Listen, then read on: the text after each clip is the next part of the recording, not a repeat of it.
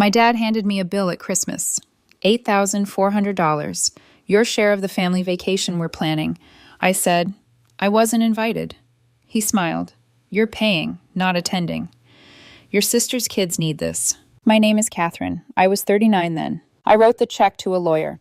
When they boarded the plane and their cards declined at the airport, Christmas dinner at my dad's house always had a schedule. Coats on the bed, shoes lined up like soldiers. My sister's kids running laps through the hallway while the adults pretended the noise didn't make their heads pound. I should have known something was off the second I saw them. Matching Vacuri 2026 sweatshirts folded on the back of the couch.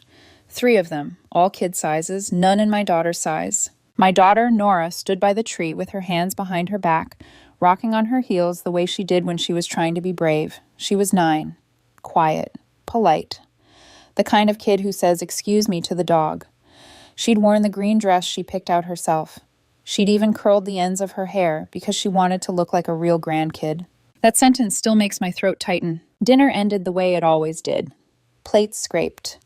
My sister Beth accidentally forgot to bring the salad she promised. My dad poured himself a second drink before the pie was even cut. Then he did the thing he loved most. He made an announcement. He stood up in the living room like he was about to hand out medals. Beth's kids lined up without being told. They knew the routine. My dad liked to give gifts in a certain order, like it proved something. He held up 3 white envelopes. Not Christmas envelopes, airport envelopes, the kind with bold print and a little airline logo in the corner. Beth's oldest, Tanner, got one. He ripped it open and screamed because it was a printed itinerary. Plane tickets. His name in big letters. Family vacation. Beth's middle, Kenzie, got one. Same reaction, same squeal. Beth's youngest, Milo, got one and immediately started flapping it around like a bird. Everyone laughed. My dad smiled like he'd invented joy. Then he looked at Nora. He didn't hand her an envelope. He just nodded at her like she was an extra in the scene. Nora's smile stayed on her face for a second too long, then slid off in a way that made my hands go cold. She glanced down at the floor and fiddled with the ribbon on her dress. I waited for my dad to say her name. He didn't. He cleared his throat, turned toward me, and slid a 4th envelope across the coffee table. This one was thicker, heavier. I figured it's best to be up front, he said, loud enough for everyone to hear. I opened it. Inside was a single sheet of paper, typed neat, like a bill from a dentist. $8,400. Your share. Under it, in smaller print, a breakdown. Flights, resort, car rental, park tickets, emergency fund, even souvenirs for the kids. My share. I stared at it so long the numbers started to blur. I looked up. What is this? My dad's eyes flicked to Nora for half a second, then back to me. A family vacation, he said, like I was the slow one. We're planning it. I swallowed. I wasn't invited. Beth made a little noise in her throat like a warning, like I was about to embarrass her. My dad didn't blink. He smiled. Not warm, not awkward, confident. You're paying, he said, not attending. Your sister's kids need this. For a second, the room felt too quiet. I could hear Nora's shoes squeak against the hardwood as she shifted her feet. I could hear the Christmas lights buzzing on the tree. I could hear my own pulse in my ears. I forced my voice to stay level. So you bought tickets for Beth's kids, and you made a budget, and you decided my role was what? Sponsor? My dad shrugged. You do well for yourself. Beth jumped in fast. Dad, don't make it sound like that. Catherine, it's just, you know how hard it's been. I almost laughed. Not because it was funny, because it was familiar. How hard it's been in my family always translated to, Catherine will handle it. Nora took a tiny step closer to me. Her hand brushed my sleeve. I looked down and she whispered so quietly I barely heard it. Did I do something wrong? And that was it. Not the bill. Not my dad's smirk. Not Beth acting like this was normal. That question, from a kid who had already worked so hard to be small. My throat tightened. My hands shook, but I kept my face still. I bent down, kissed the top of her head, and whispered back, No, you didn't. Then I stood up and folded the paper once, carefully, like I was putting away something sharp. My dad watched me like he expected a fight. I didn't give him one. I just said, I'll think about it. And I took Nora's coat from the chair. Beth's eyes widened. Catherine, don't. I didn't slam the door. I didn't yell. I didn't knock over a decoration. I just left. Nora held my hand so tight in the driveway that my fingers went numb. In the car, she stared out the window the whole ride home, blinking fast like she was trying not to cry. I drove with my jaw clenched, thinking about every time I'd convinced myself my dad was old-fashioned, or set in his ways, as if that made cruelty less real. And I kept seeing those 3 white envelopes and the empty space where Nora's should have been. I'm Catherine. I was 39 then. I lived in a 2-bedroom rental outside Columbus. I worked as a journalist, local investigative stuff, city contracts, corruption stories, the kind of work that makes you unpopular at parties but helps you sleep at night. Nora came into my life 2 years earlier. She wasn't my biological kid. She was my late wife's niece. After my husband died, Nora bounced around between relatives who meant well but treated her like an inconvenience. I stepped in because I couldn't stand the thought of her growing up feeling unwanted.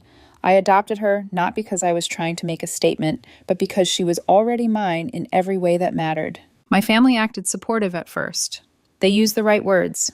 They brought a casserole. They told people at church how generous I was. But the tone shifted fast. Nora didn't match their picture. She didn't share my last name originally. She didn't have Beth's kids' loud confidence. She didn't call my dad Grandpa in a booming voice. She called him Sir for the first month because she didn't know what she was allowed to call him. My dad pretended not to notice her. Beth treated her like a guest who stayed too long. And I kept trying, because that's what I always did. I tried to earn love in my family with effort and money. It didn't start with big asks. It started with little ones. Can you cover Dad's prescription this month? He'll pay you back. Can you help with Milo's braces? Insurance is being weird. Can you put the plane tickets on your card? We'll Venmo you. They always said we. They always meant me. Over the years, I paid for my dad's new water heater when his finally gave out. It didn't finally give out. He just liked a nicer model. Beth's minivan down payment after she cried at my kitchen table about needing something safe for the kids. The family phone plan because my dad liked the idea of one bill. And Beth liked the idea of not paying it. A week of groceries more times than I can count because Beth would text, "Don't tell Dad, but we're low until Friday." I didn't keep a spreadsheet because I didn't want to feel bitter, but after that Christmas, I did the math. It was ugly. Over about 3 years, I'd poured somewhere between $22,000 and $25,000 into my family in quiet ways. Not gifts, not treating them, plugging holes. Because if I didn't plug them, they'd call me selfish. And the entire time, Nora stayed an add-on. A kid whose name was spelled wrong on place cards. A kid whose stocking got forgotten until my mom cut her name out of printer paper and taped it on. A kid who got told, "Go play in the other room, sweetie," whenever adults were taking pictures. I swallowed it. I told myself it wasn't worth the fight. I told myself they'll come around. But the truth was, the more I gave, the more comfortable they got, treating me like a utility, like a checking account with a heartbeat. That Christmas bill wasn't sudden. It was the end of a pattern. My dad had been furious the year before when I refused to co-sign a loan Beth wanted for a bigger place. I told him no, calmly, firmly.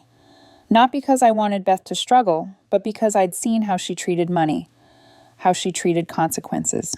My dad took it personally, like my refusal was disrespect. After that, the little slides started stacking up. Nora didn't get invited to Cousin Day at Beth's. Nora wasn't included in the group chat photo dump because it was too many pictures already. Nora's birthday card from my parents was addressed to Nora twice.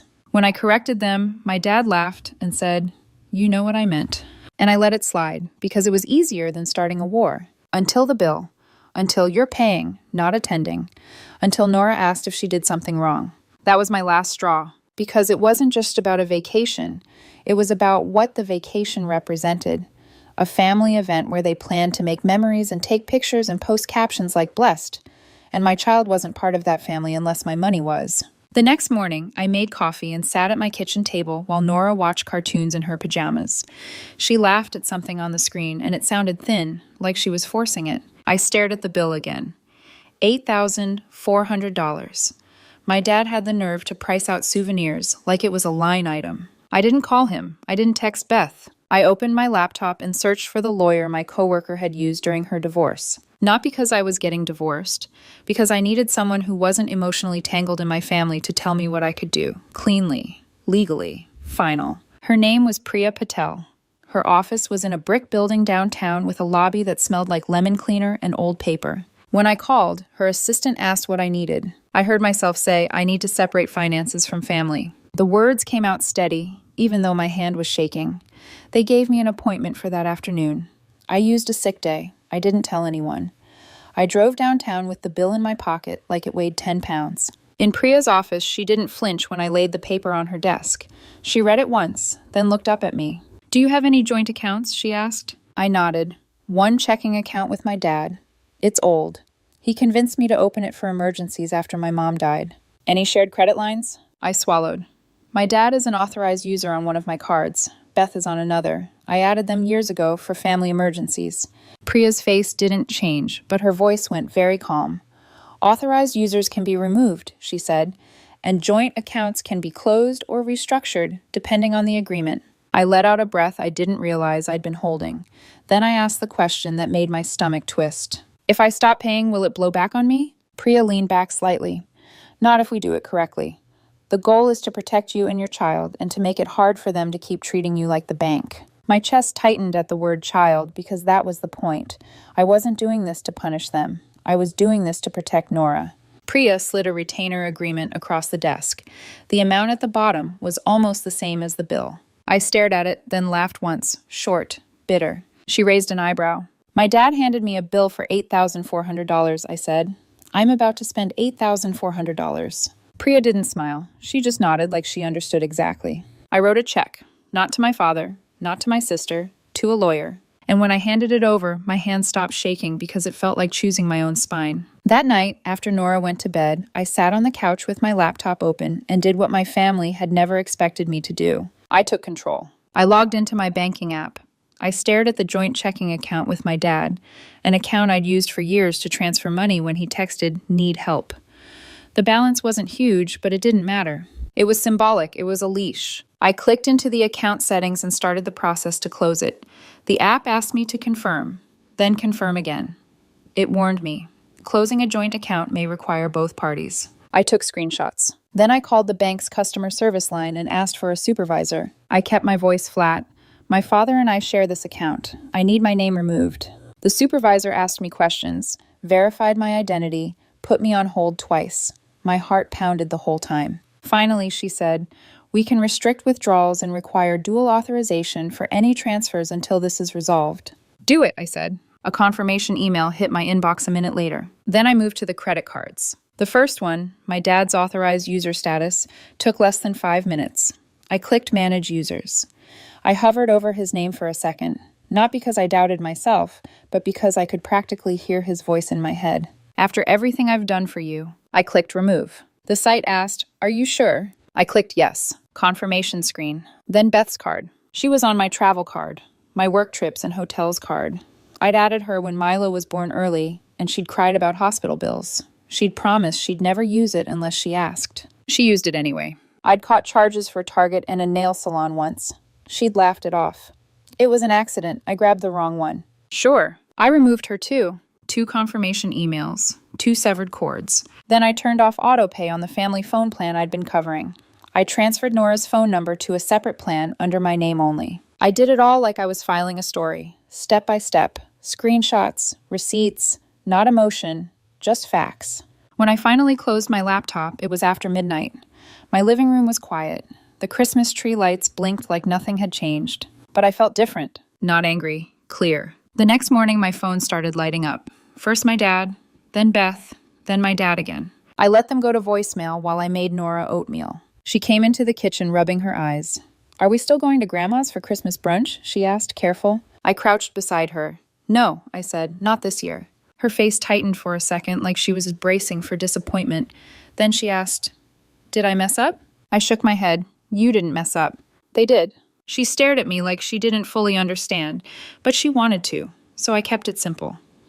"You don't have to be where you're not treated kindly." Her shoulders lowered a little, like her body had been holding something heavy. "Oh," she whispered. Then she asked, "Can we make pancakes instead?" "Yeah," I said, "we can make pancakes." While Nora mixed batter, I checked my voicemail. My dad's first message was all fake calm.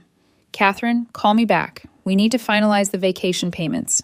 Beth's was sharper. "Are you seriously doing this? The kids are counting on you." Then my dad again, voice tight now. I tried to use the card to finish paying the airline fees. It declined. "Fix it. No, please, no. What's going on? Just an error. I deleted the voicemails. Then I got a text from my Aunt Diane, my dad's sister. Your dad is spiraling. What happened? I hesitated. Then I typed back. He gave me a bill for a vacation I'm not invited to. Nora wasn't included. I'm done. Diane replied, about time. Call me later. That message felt like someone opening a window in a stuffy room. Because Diane had always been the one adult in my family who saw the dynamic for what it was. By the time New Year's rolled around, the vacation was still happening. Not because I paid, because my family was stubborn. Beth posted vague stuff online about hard seasons and people showing their true colors. My dad told anyone who would listen that I was being manipulated by that kid. That's what he called Nora. Not my daughter, not his granddaughter. That kid. Then, 2 weeks later, on a Monday morning, my phone buzzed again. Beth. 3 missed calls. A text that read, "What did you do?" Then another, "We are at the airport." Then another, "The cards are declining." I stared at the screen for a long second. Nora was eating cereal at the table, humming to herself while she colored a picture of a penguin. Normal life. The life I was protecting. My phone rang again. Dad, this time. I answered, not because I wanted to argue, but because I wanted one clean sentence. Catherine, my dad snapped. No greeting. Fix your card. It's not my card, I said. It's connected to your account, he barked. It was, I said. You're not on it anymore. Silence, not shock, rage loading. Then he said, you can't do that. I can, I said, and I did. In the background, I heard airport noise, announcements, rolling suitcases, a kid whining. Beth's kid, I guessed. My dad hissed, we're at the counter. The agent is looking at us like we're criminals. I didn't respond. He pushed harder. The kids are here, Catherine. I looked at Nora. She was still humming, still coloring, still peaceful. So is mine, I said. Beth's voice cut in, loud and panicked. Dad said you were still paying. Catherine, you can't do this right now. I didn't agree to pay, I said. I wasn't invited. Beth made a frustrated sound, like she was trying to chew through a wall.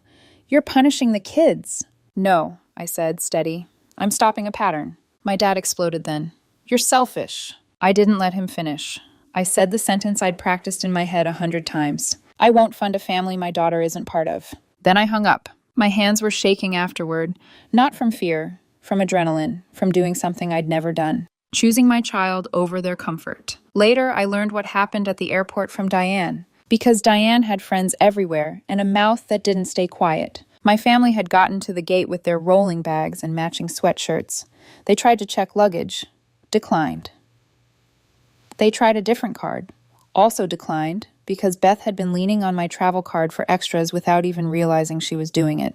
They tried to pay their resort deposit online. Declined. My dad apparently turned red, then purple, then started demanding to speak to someone in charge, like the airline had personally betrayed him. And because my dad was my dad, he doubled down instead of adjusting.